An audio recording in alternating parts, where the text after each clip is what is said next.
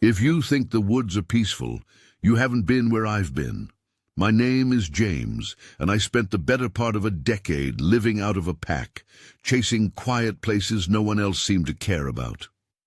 I did it because I liked testing myself, because silence felt like something I could measure. I'm older now, rougher around the edges, and a little more careful. But the reason I'm here, telling these 3 stories, is because the woods taught me lessons that didn't come with a map or a how-to guide. They came with scars. The first time I learned how fast refuge can turn into a trap, I was in my early 20s, caught under a storm in Cherokee National Forest. The second time, with my friend Charles, we found a light moving through the trees beneath a decommissioned fire tower, steady as a heartbeat, impossible to explain. The third time, years later on a trip through Daniel Boone, I woke to trees falling like giants were being torn down, trunks gouged as if by teeth, and found my own things left like a calling card. All 3 are true. None of them got a neat ending. If you camp alone, listen up. We'll start with the cabin. That one still sits in my head like a burned-out outline, edges, jagged, colors wrong. I was 5 days into a route I hadn't fully planned. It was one of those loops that looks easy on a topo until the weather changes. By late afternoon, clouds came in fast, low, black, sudden. The storm pushed me off the ridge and down into a draw I didn't know well. Rain went from steady to a wall in 20 minutes. Visibility fell to the length of my arm. My pack was a metal-framed thing I'd had since college, heavy but dependable. I had a sleeping bag that was light and a little too new for a wilderness cabin's typical state. I'd only half expected to need shelter. That's the kind of overconfidence you can afford when you're young. I saw the cabin before I saw the path to it, a dark rectangle through the trees, almost swallowed by shadow. It was the sort of one-room thing people lash together when they want a place to duck into for the night. Nothing fancy. A single window, a small porch, wood weathered grey. I was soaked and cold, and for the first time in hours I felt like I might stop walking. Relief tastes physical when you're wet enough. It's warmth. It's the lack of pressure on your shoulders. I hurried to the porch and knocked out of habit more than hope. The door had a simple latch and a heavy padlock bracket on the outside, the kind that lets you lock people in from the outside. Odd, and not how most cabins are set up. I told myself it was the work of someone too cautious, someone who secured their things. Naive, desperate. Inside smelled of old wood and damp. My torch picked up a sleeping bag that looked almost new, clean, unrumpled, as if someone had set it out and never slept in it. There were water jugs and a few dented cans on a shelf near the stove. Dozens of scratches marred one wall, shallow at first, then deep and long as if someone had dragged something sharp across the timber again and again. The window had been fastened shut with screws from the outside, screws driven through little metal brackets into the frame so the pane couldn't be opened from the inside. The padlock bracket on the door, there was fresh scuffing around it, as if something heavy had been jerked against it several times. None of this made sense. The screws sealing the window only make sense if someone wanted to keep someone else inside. The padlock bracket, if used the way it was built, makes only one kind of sense. I ran my hand along the wall where the scratches were. They were dry and sharp under my fingertips, like nails through skin, but on wood. There was a dull smell in the room I couldn't place at first, something metallic and sweet that sat under the damp wood odor. Then from outside, something scratched the porch.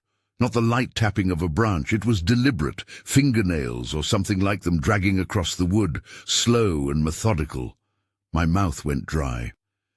You learn a lot about fear from the small noises that mean nothing until they don't. I stood very still, as though silence could blur me into the room itself. Something thumped against the door. One long, solid knock, not the polite knock of a visitor, but the kind that announces wait. It made the cabin shudder. From outside the wood groaned, and the thump came again, closer, heavier. I told myself to stay quiet. There was no rational reason to invite whatever it was in. There was also no rational reason to stay in a place that looked like it had been used for confinement. I felt trapped between two bad choices: stay and wait, or leave into a storm, and whatever else the night held. I opened my pack and checked the essentials: the extra layers, the small stove, the little can of fuel. The sleeping bag inside the cabin looked wrong, but it was dry. I considered staying. People do things in survival situations that looking back seem insane. But something in the way the scratches slanted told me this cabin had recently been used as something other than shelter.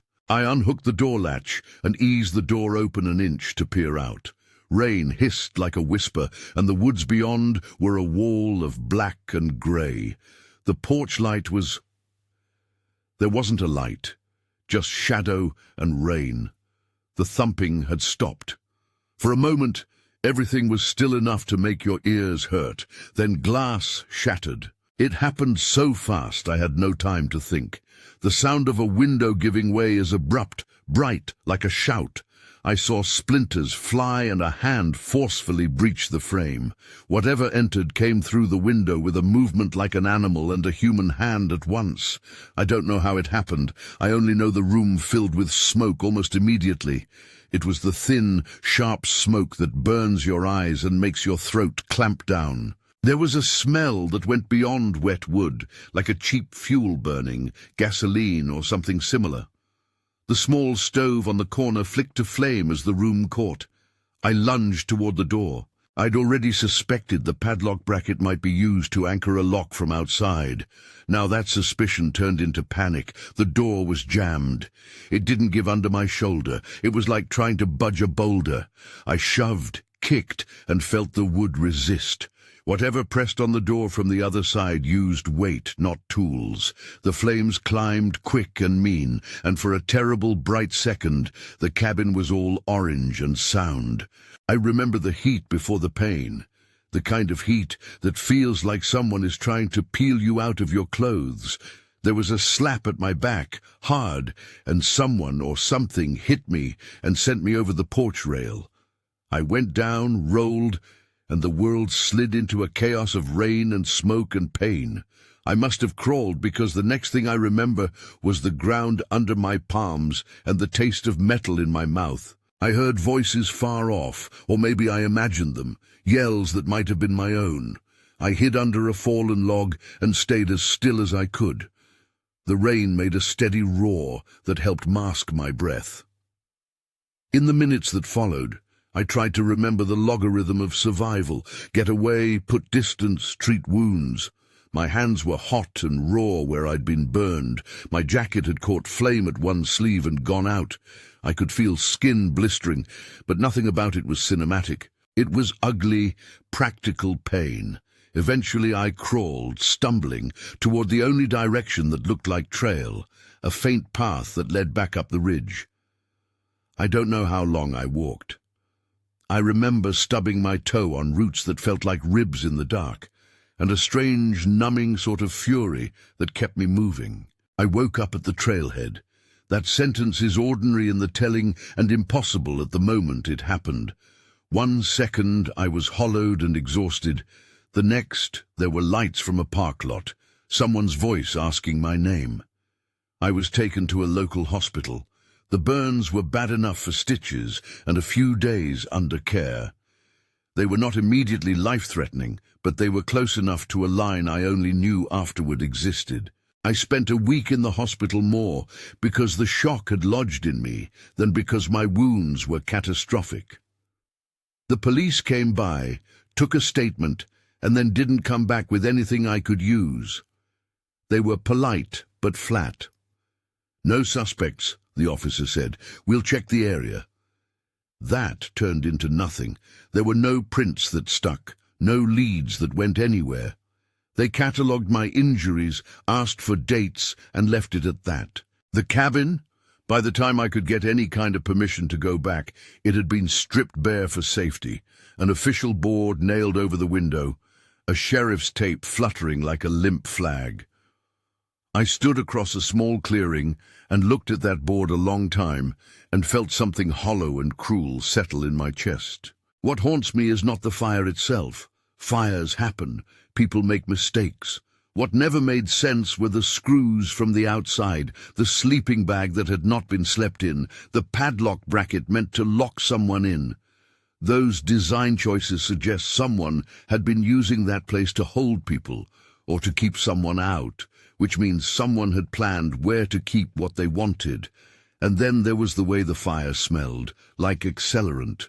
I'm not a forensics expert. I'm a hiker who knows the smell of wet wood and the smell of a camp stove and the difference between them.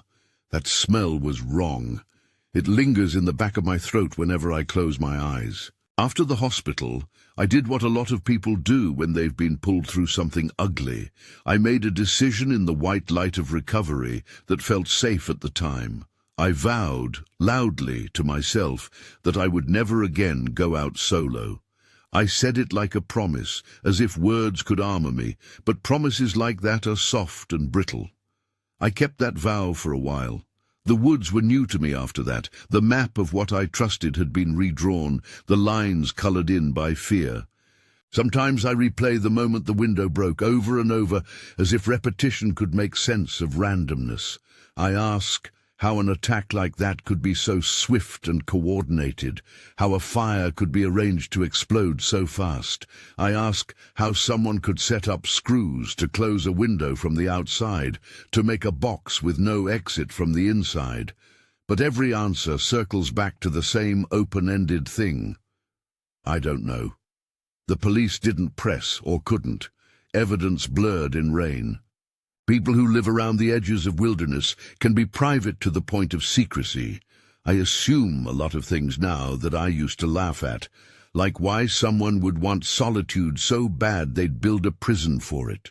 Then months later, I read a small item in a town paper about a missing hiker. I don't remember names, only the blanked-outness of the piece, one paragraph with a picture that didn't resolve into anything. It was close enough to the timing of the fire that I lay awake and calculated distances I hadn't mapped before. I waited for a call. It never came. If you're finding this worth your time, tap like or subscribe. There's more. I didn't keep my vow forever. Maybe I was foolish, or maybe the forest is like a drug. It can cut you down and still be something you crave. The second story I have to tell happened later, with someone I trusted, Charles. He'd been a friend since we shared a bunk at a summer job years back. He loved towers, the old fire lookouts that people had abandoned when satellite tech and budgets moved on. There's a particular kind of vertigo being up in one of those towers that makes everything else look small and safe.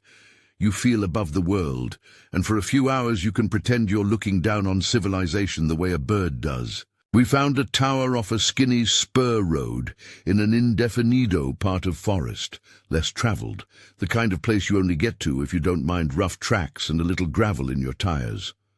It had a cab at the top big enough for 2 people and a small space for sleeping. The ladder was intact. The place had been stripped of the oil cans and numbered plaques that once made it official, but the metal frame was sound. I was in my late 30s by then. My hair had started to silver a little at the temples. Charles was still the same bear of a man who laughed like a chainsaw and worried like a church deacon.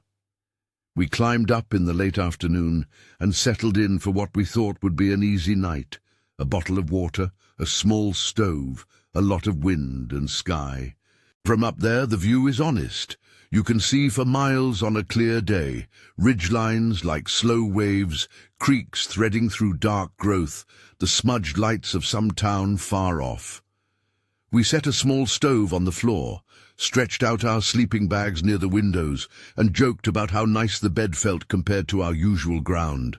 At some point, I knocked my metal water bottle against the tower's frame with a clang, just goofing around, and the sound carried. Maybe we thought we were announcing ourselves to the view, showing off. That clang was the last ordinary sound we made for the night. It started as a point of light down in the trees. At first it could have been a headlamp or a car blinking between trunks, but the way it moved made that impossible. It slid through the understory with the kind of smooth, level motion that looked practiced, as if on a track. It wasn't bobbing like someone walking, and it didn't bounce like a car on a rutted track. It moved in straight lines, then stopped, hovered, and then zipped forward with no reason for the acceleration other than it knew exactly where it wanted to be. From our height, it was behind a band of trees, but the movement read like a signature, a carved line through a page. Charles laughed at first, saying it was an ATV or some kid with a headlamp. I wanted to believe him. We smoked a little and peered between the frames of the tower. The light dipped in front of a stand of pines, and then, impossibly, came to a stop directly beneath us, centered like a spotlight on bare ground. It stayed there, motionless, the way a steady lamp would be set down by a person who had the time to place it carefully. We could see no source, no glare through leaves, no silhouette moving near it, just that flat, level glow. Then it turned. I'm not religious, but I remember thinking of a lighthouse turning its eye. The beam pivoted slowly, sweeping like a searchlight, and then it clicked off. Silence and dark crawled back in. We heard metal then. Not far off, a dull, obscene scraping like someone running a wrench along the beams of the tower. It sounded like tools hitting supports. For a second, we thought the sound came from within the tower itself, as if someone was working on the cab while we slept. Then the sound resolved into something lower, like steady grinding carried by the wind. It didn't fit any animal in my head. It was a human-made, deliberate noise. Charles pressed his back to the window, his face a hard line. We could both feel the heights. Falling felt too raw a possibility to joke about. Minutes dragged. The light that had been beneath us didn't reappear. When I say minutes, I mean the kind that stretch so thin you can see the bones of them. Every tiny creak of the tower felt loud enough to announce us. I started to imagine 1,000 ways the bottom of that ladder might not be safe. I pictured every rung slick with something. I pictured someone lowering a rope. I pictured neat practice sabotage that required tools and time and no rush. At dawn, we climbed down because staying felt worse than moving. We were careful and slow, checking each step like we were deactivating a trap. At the platform where the stairs met the ground, the first thing that hit me was how absolutely normal everything looked. Dew on grass, a broken branch here and there, animal tracks. But then Charles put his hand on the rail and cursed under his breath. A section of the staircase, an entire run of steps was gone, not damaged, removed. The metal risers had been unbolted and pulled away. There were clean cuts where bolts had been, and the holes were still raw. Whoever had done it had been methodical. The missing section left a vertical drop the size of a person. We had to jump it. Charles twisted his ankle, making the leap, cursed again, and limped the rest of the way, muttering about planning and idiots. I wanted to laugh, but the laugh would have been wrong. We walked the perimeter for signs, drag marks, footprints, an abandoned battery or tool case. Nothing. No bits of metal left behind. Whoever took that staircase took every piece of it or removed it in a way that left no trace. It was as if the stairs dissolved with the night. The thought of someone strong, competent and patient, with a set of tools working quietly just beneath our feet, had a way of making my skin crawl, like a slow insect. We packed up and left. I called a ranger station when I got to a cell signal and told them about the missing steps and the light. They noted it and suggested I file a report. The person on the other end was uninterested in the urgency my tone tried to force into the call. Old towers get vandals, they said weakly, but the scraping noise had been precise. The light had been deliberate. Nothing at the base of the tower suggested a casual prank. When you stand on something elevated and see a light move beneath you like it knows the gaps between trees, it changes the geometry of safety. You realize there are people or things that move in ways the map can't track. People who can take apart a staircase without leaving a scrap. People who can hover a light beneath your feet and then vanish. We drive away with our heads on a swivel because the air itself feels unfamiliar. We should have left that night and not come back. But these places get to you. They pull at curiosity the same way a bruise does at the itch beneath your skin. I managed not to sleep for the rest of the night in the car, butt on the seat, eyes on the dark like a man who expects the black to move on its own. Charles slept. He always slept like nothing had teeth. That's where I'll leave the tower right now, standing above a light that came and hovered, and then a staircase that vanished by morning. The part that follows is worse, but it belongs with the third story, which is a different kind of slow burn. For now, imagine the light stopping under you and waiting. Imagine climbing cautiously at dawn and finding your ladder robbed. Imagine the thought that someone or something knew you were there and preferred not to be seen. The woods have their own rules. They don't call them out. They just rearrange the scenery until you learn it the hard way. Somewhere between the cabin in Cherokee and the tower with Charles, something in me shifted. I learned that solitude is a double-edged thing. It can be a refuge, or it can be the blind side where the world, as indifferent as it is, finds new ways to be dangerous. There's one more trip I need to tell you about. It's the one that taught me to watch the way trees fall. It's the one with the bandana and the gouged trunk. It's the one that still makes me check the back of my car before I climb in. But that's for after a breath. I'll start the next part of that story with the tent zipper and the first scratch of the night air, because that's where the next kind of wrong begins. The tent zipper whispered before the night opened up proper, a small mechanical sound that always feels too human out there, like a hinge on a door someone forgot to close. I unzipped slow enough to not let the seam of the world tear. The canvas cracked, the night air slid in, cool and thin. The orange glow lay beyond the mesh like a secret someone else had agreed to keep. For a moment, I thought it was an honest campfire, a neighbor who'd tucked in for the night, the kind of comfort you half expect in a popular pullout.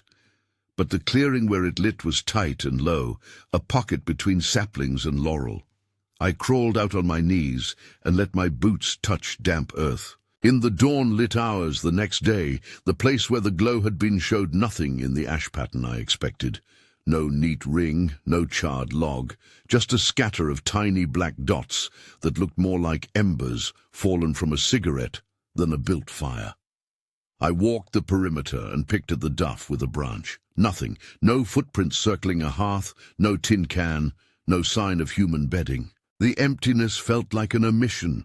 Someone or something had been there and then had decided not to leave the usual marks. That should have been a small thing to write off, the sort of minor curiosity that wilderness throws at you and you stash away to puzzle over later. It lodged. The trip was supposed to be uncomplicated.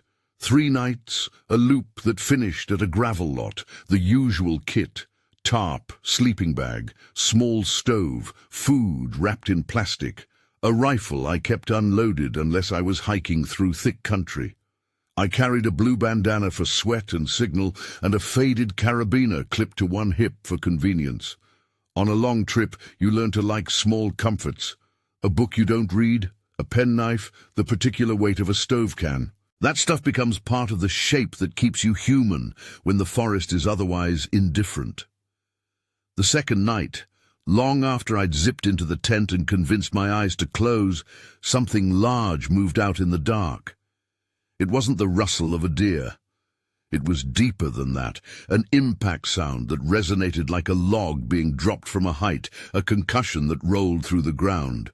I unzipped again because fear has a good way of handing you curiosity on a silver platter. The air was full of some low, continuous groan, a sound that vibrated in my teeth more than in my ears. I lay there and listened, the canvas of the tent making the noise seem close and personal. Trees don't fall without good reasons. Wind is the usual suspect, rot is another. But that night there was no wind to speak of. The canopy was still, the stars pinned sharp between gaps.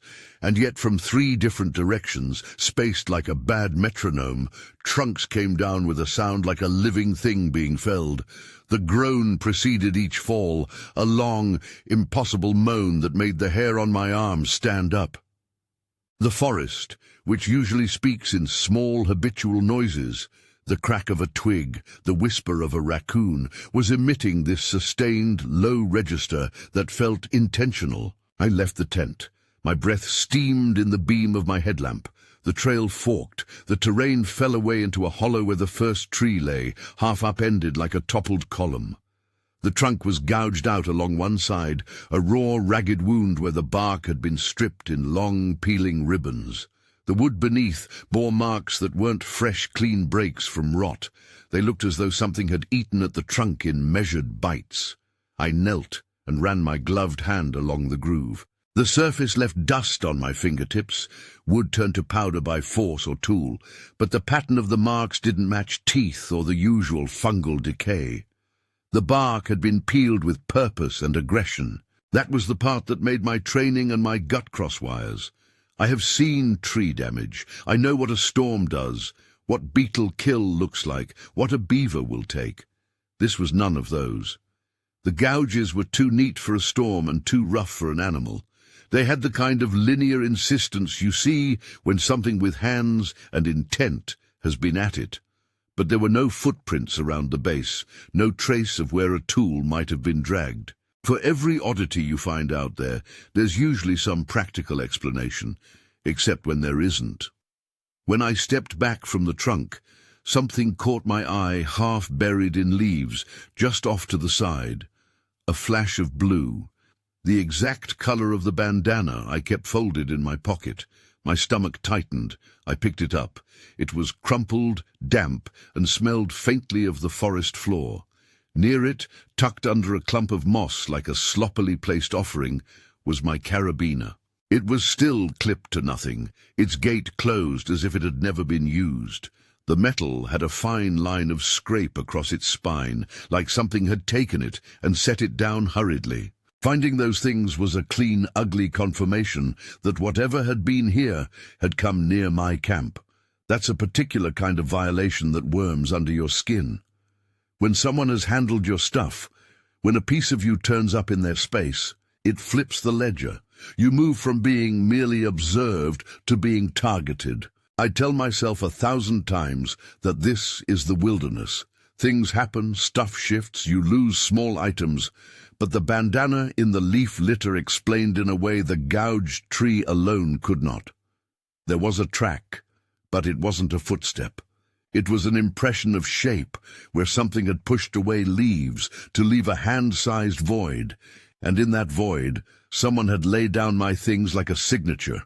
I did not stand there and philosophize. I gathered the bandana and the carabiner like evidence and shoved them into a pocket. I moved fast, the headlamp casting wide, strict cones that turned the trees into columns. Adrenaline settled my body into a working mode, practical rather than panicked. I packed my pack with the same calm focus the way I had been taught. Get water if you can. Take a route that keeps you downhill to avoid standing on unstable logs. Keep a line of sight to the stars in case you have to navigate by them. I stuffed the tent into the tarp bag and slung the rifle over my shoulder without thinking twice. The rifle is a comfort of sorts. It's also just another object.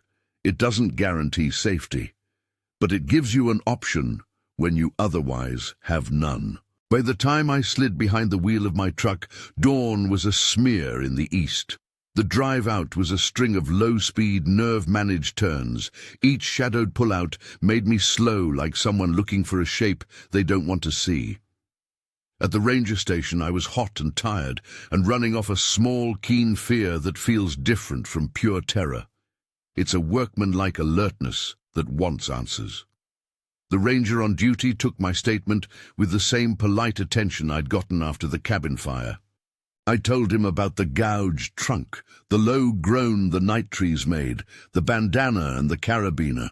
I handed him the blue cloth and watched him fold it over, the way he inspected the carabiner as if looking for a serial number. "We'll file it," he said. "We can patrol the area more." The repayment from the bureaucracy you approach for help is routine, receipts of action, a form to fill, the promise of presence that often doesn't translate into anything meaningful when the woods are large and manpower small. The rangers were courteous, but governed by resources. The case became a log entry. If it ever left the log, I don't know. The police who eventually came out were similarly constrained. Their jurisdiction ends at the edge of where they can safely look without a warrant or a suspect. They took photos, nodded at the gouged trunk, and mentioned known pranks and kids with tools. "People try stupid things," one of them said, and I wanted to shake him because I had not a single doubt that someone who could remove a staircase piece from a ranger tower would not be satisfied with playground mischief. I drove home with the bandana folded in my pocket like a hot coal. That evening the city felt unbearably polite, the sidewalks and the hum of traffic so human and predictable. I slept poorly. The thought that something had been close enough to unfurl my things like a card on a table stuck in my head. The more practical half of me tried to catalogue the options for why those things were there. Did someone trail me? Did I forget them without knowing? Did a raccoon steal them and drop them? None of the explanations fit as well as the one that did. I had been visited. There are degrees of being visited. Some people get followed by strangers in parking lots, a heavy thing that sits on the back of your neck. Out in the woods it's different, simpler in some ways, because our expectations are shaped by maps and known risks. In the city, a stranger is visible, identifiable, traceable to a plate or a camera. Out there, the villainy, if it is human, is practiced in ways that leave no trail, or in such a way that the landscape does their erasing for them. In my case, whatever or whoever took my bandana left the kind of evidence that pointed at intention and skill. After that night, I called the police again. I described the gouged trees, the pattern of the marks. I asked if any similar reports had come in. The short answer was, a few oddities had been noted, unexplained damage in regenerating patches of forest, but nothing that the officers were willing to call part of a pattern. That answer sits in a specific terrible category, the kind of bureaucratic shrug that leaves you with facts and no recourse. That's where the waiting begins, the part where you either let it lodge in you and shape every trip after, or you try to take the scar and turn it into a lesson you can carry without giving it oxygen. I carried it anyway. I told myself I would be smarter. I started changing small habits, packing a brighter tarp that I could use to signal if needed, leaving a printed itinerary with a friend, keeping my rifle more accessible at night. But the rituals of safety only go so far against something that operates outside the frame of your expectations. The bandana and the carabiner lived in a little plastic bag in my glove compartment for months. Sometimes I would fidget with the carabiner when traffic lights turned red, and think of the way it had been placed where a hand might find it. The memory of that placement is what haunts me the most. Not the fact that my things were moved, but the fact that whoever did it took the time to fold them into a display like a person leaving a calling card. When a tree falls like it was pushed, when a trunk is gouged in long, greedy strips, it changes the grammar of the place. It makes you listen differently. The next time I set up camp, I found myself checking over my shoulder more often, listening for the low groan that might presage a trunk coming down. Part of me understands that this is the fog of an unsettled mind after a violation. Part of me knows the difference between excess caution and tuned attention. But after the bandana, after the scratches on the cabin wall and the missing steps of the tower, there was a pattern in my bones.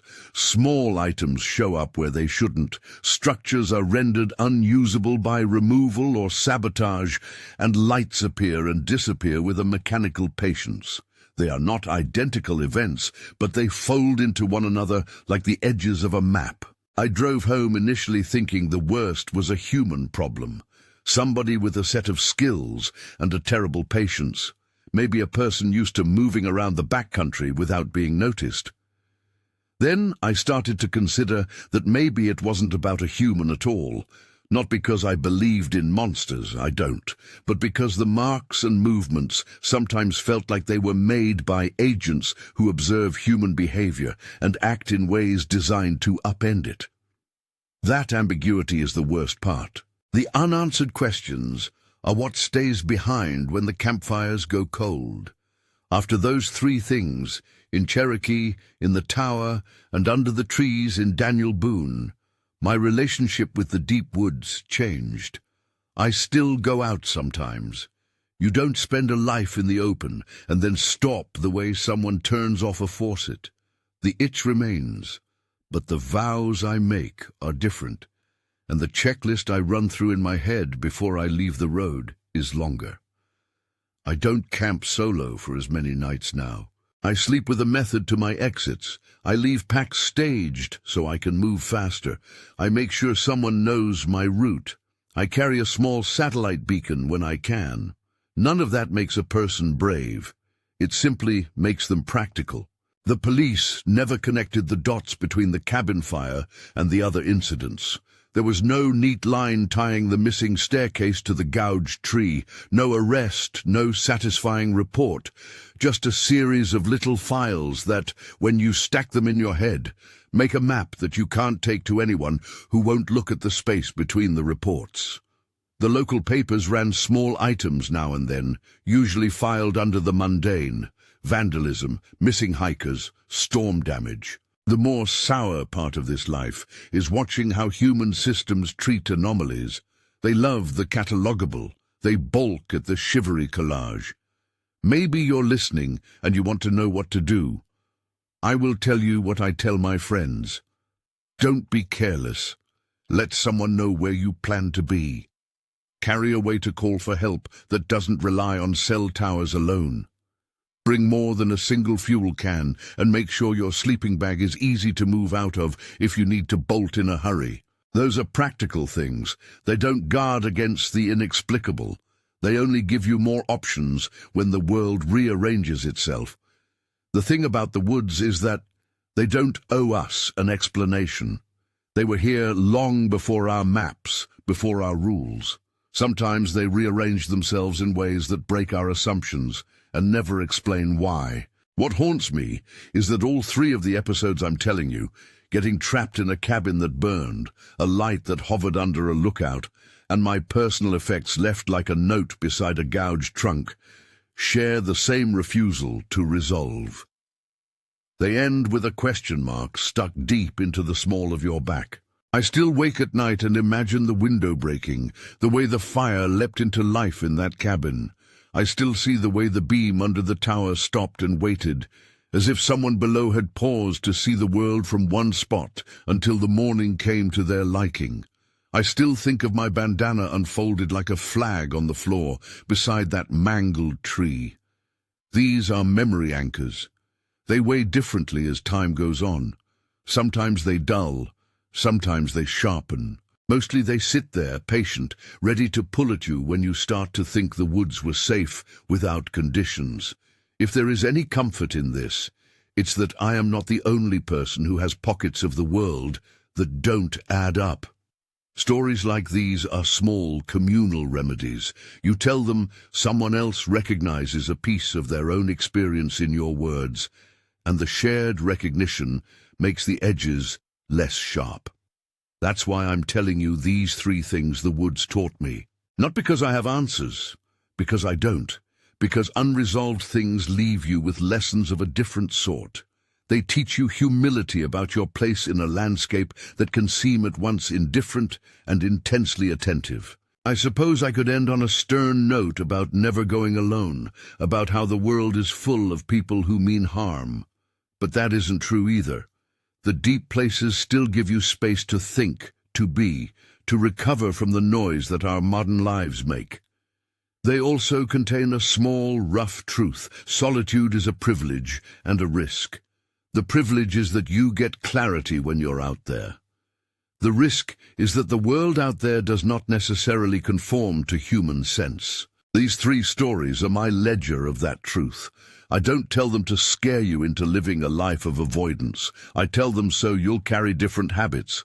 I tell them so you might choose your campsites with a little more care, to leave a more detailed plan, to check the edges of your shelter and the seams of places that seem safe. I tell them because stories are the way we give each other warnings that the maps don't print. If you've ever sat alone in a tent and heard something that didn't belong, or climbed down a ladder and found the world altered overnight, or found your stuff rearranged like a message, then you know what I mean. Drop a comment with your experience. What would you have done? Which of these three hit you hardest? And if you want more of these, subscribe for more true, deep woods encounters.